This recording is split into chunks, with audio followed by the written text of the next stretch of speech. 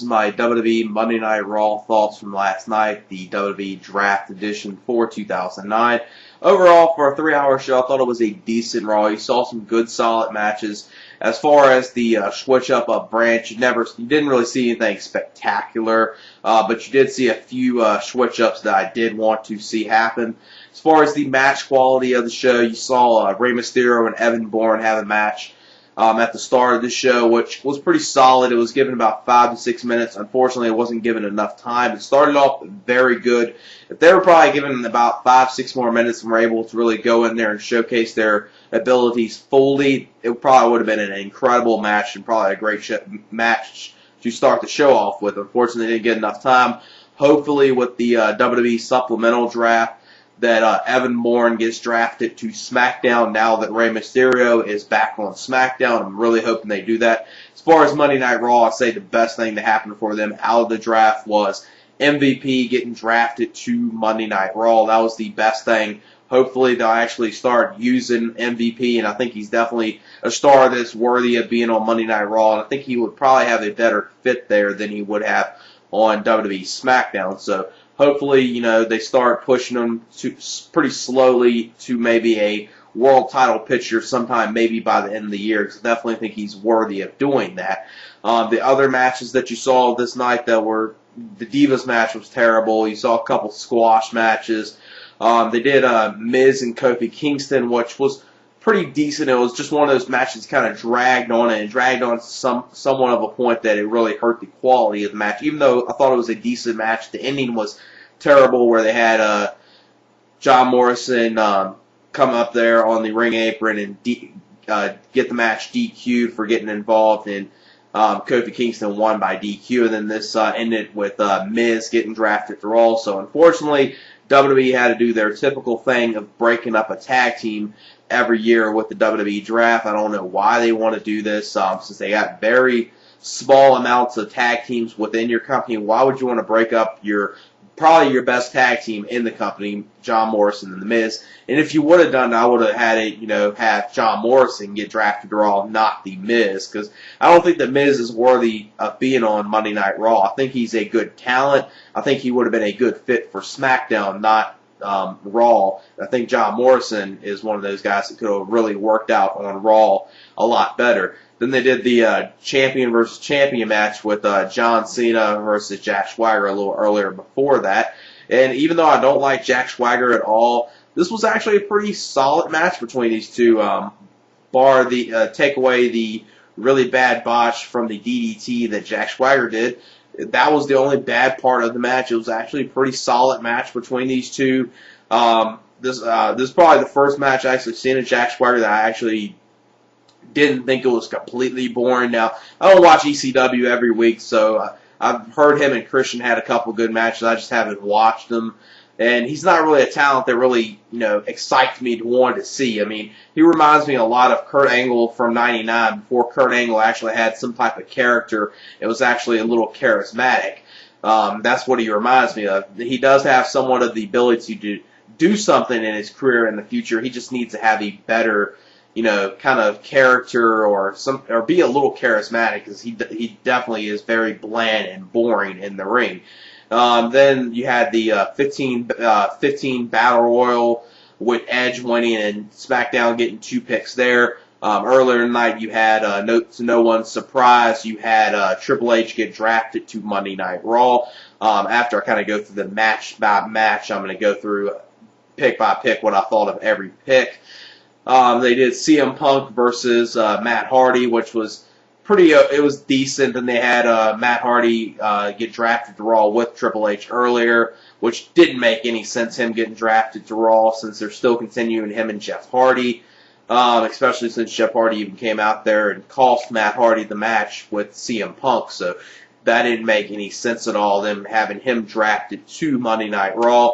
Then they did the main event of the night, which was, for no draft picks, it was just the 3-on-2 handicap match with Rhodes and DiBiase of the Legacy taking on Batista, Triple H, and Shane McMahon. And the rules of this were, if Rhodes and DiBiase were able to get the pinfall on whoever they got the pinfall on, whether it was Triple H, Batista, or Shane McMahon, that person would have to take on Rhodes, DiBiase, and Randy Orton next week on Raw in a 3-on-1 handicap match. And if the other side won, Triple H, Batista, or Shane McMahon, whichever one of them got the pinfall, would take on Randy Orton next week. No one's surprised. Triple H gets the pinfall on Ted DiBiase after a pedigree, and Triple H is going to be taking on Randy Orton next week.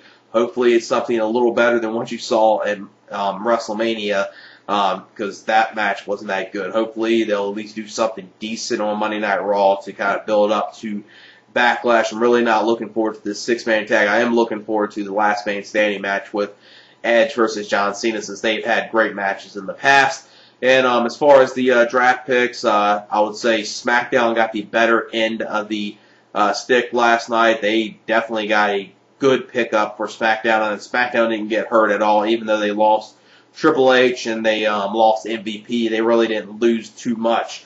Raw picked up MVP, which I think is the best thing Raw picked up out of the draft picks. Hopefully they'll actually utilize MVP on Raw, and actually he'll start to get a better push. Right now he's the U.S. champion, so he'll probably have that for a little bit, and then hopefully by year's end they'll kind of slowly push him to at least be, contending for the world title, because I think he's definitely worthy of doing that, especially now that he's a face in WWE. I think it could work out better. Even if he turns heel again, he's a good heel too as well.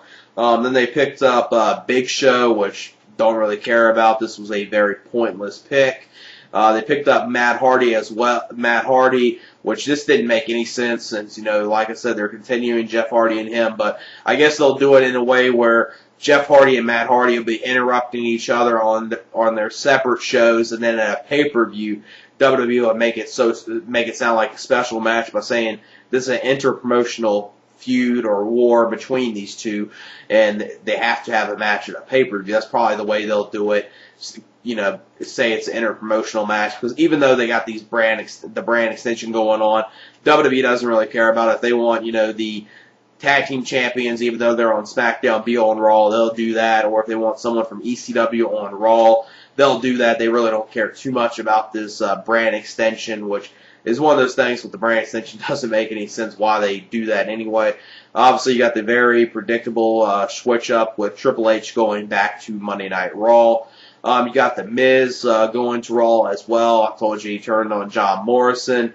And I would have much rather it would have been John Morrison turning on Miz and John Morrison going to Raw. I think that would have probably worked out a little better than Miz going to Raw. Hopefully, they don't push.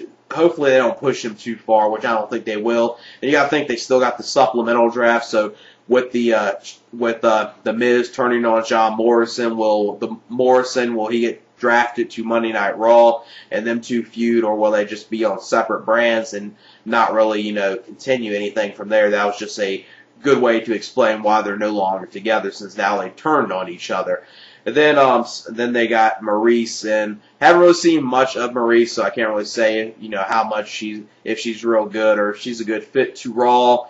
But I think it would have been much better if they would have just kept the 2 women's titles on one show and unified the women's title. I think that would have been a whole lot better than having 2 women's titles, because unless your Divas division or your women's division in a company is very deep, you don't want to. I don't think it's worthy of having 2 women's titles within your company. But SmackDown, they picked up Melina, so they did a switch up of the women's titles, which in this case, now I don't really mind if Gail Kim stays on SmackDown or if she's drafted to Raw, because if she stays on SmackDown, I'd really like to see her and Melina in a feud against each other. That would be good. If she gets drafted to Monday Night Raw, obviously we'll get the one match I think everyone that wants to see, one of the top women's feuds that everyone wants to see, which is her versus Beth Phoenix. So now, either way it goes, I won't really have a problem if she stays on SmackDown or if she gets drafted to Raw. Either way it goes, it'll probably be good. And then they picked up CM Punk for SmackDown, which this is a very good pickup. I really wanted him to stay away from Triple H, because I know if he was on the brand with Triple H, even though he's the Money in the Bank champion, which means he could pretty much, even though he's on SmackDown now, if he wants to, he can go back to Raw and cash in to win the Raw title. So Even though he's on SmackDown, he could do that anyway. So, but it's better to put him on SmackDown to kind of, build him up a little better and have him. It's a new direction for him, and I think it could really work out for him.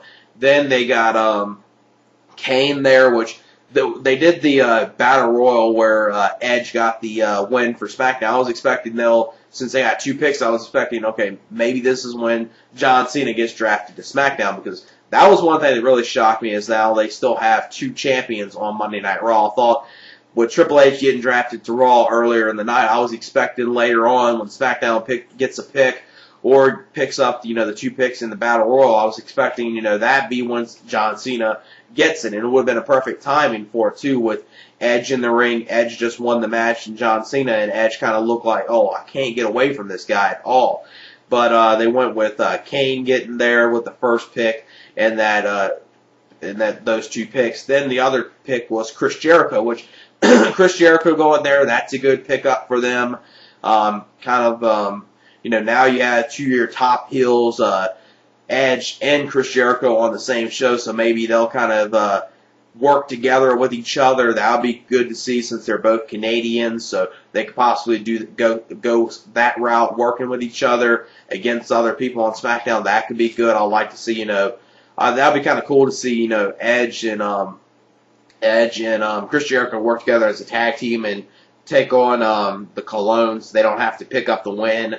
The Colognes could just get, a quick victory out of them and kind of like a upset. That would be okay. I wouldn't mind seeing that. Then the other pick, this was inevitable. I was pretty sure this was going to happen, which was Rey Mysterio going back to SmackDown, to help out with the Latino audience. Since Rey Mysterio has left, the Latino audience, I think, kind of has dwindled a little bit. So with Rey Mysterio going back there, that can help out that demographic as far as ratings go. So it makes sense him going back on SmackDown. Chris Jericho, I think that's a good deal. CM Punk, that's pretty good. And Melina going there is good as well. I think the only person they picked up was bad was Kane. And Kane's not really too bad. I just don't think he's that good at all.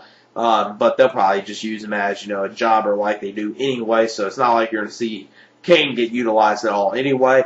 And then, to no one's surprise and dismay, ECW only got 1 pick, which was Vladimir Kozlov. So they got Vladimir Kozlov, if you even can say that's a pick for them. So they picked him up. Christian didn't get picked, which somewhat shocked me and somewhat didn't at the same time, because he's only been back for, about 2 months now. And he is in this ECW picture right now for the title, so I guess they'll just want to have that continue. But, you still got the supplemental draft coming tomorrow at noon Eastern, so you don't know. He could possibly get switched during that. It's going to be interesting to see what they do there.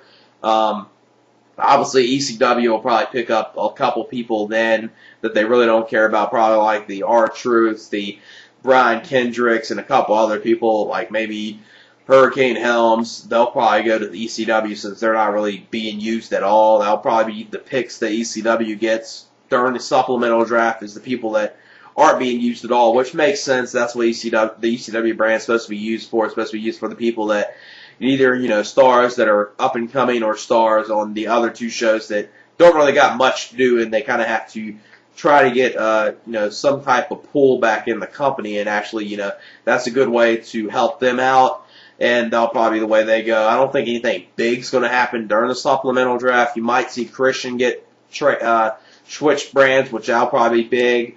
John Morrison and Christian, those are probably the only 2 I could see maybe, and that's a big maybe. I think Morrison will definitely get drafted during the supplemental draft. Christian, I don't even know, because I think if they would have done it with Christian, they would have done it during Monday Night Raw during the 12 picks, and they would have done it during that instead of waiting until the supplemental draft. So that's just my thoughts of that. Raw, they didn't really pick much up. Obviously, everyone already knew Triple H was coming back.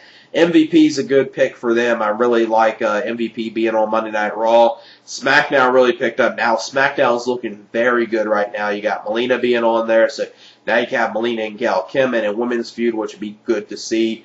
You got CM Punk on there. You got Jeff Hardy still on there. You got Edge. You got Chris Jericho. You got Undertaker. So SmackDown's looking like the better show at this point right now. over Monday Night Raw, especially with the whole six-man feud they got going on with the McMahons and the Legacy right now that no one really cares about. So SmackDown is looking like the superior show right now. Even though I don't really check SmackDown out that much, I'm going to definitely check out and see how it is with this new switch up of people on SmackDown, which that's the only thing that really came out of this was really helping SmackDown. And obviously Raw got Triple H back and they got MVP. And hopefully, they utilized MVP well. Hopefully this helps out SmackDown, which definitely SmackDown needed a little help with their roster. And this was not really a terrible show, not really a great show. It was just decent. You got some decent quality matches, which for most normal Raws, you really don't get that many good quality matches. So that was good to see. But it was a 3-hour broadcast, so you were hoping you'll at least get some good quality matches. And yeah, this has just been my thoughts on WWE Monday Night Raw from last night, the draft edition. And yeah, that's it. Peace.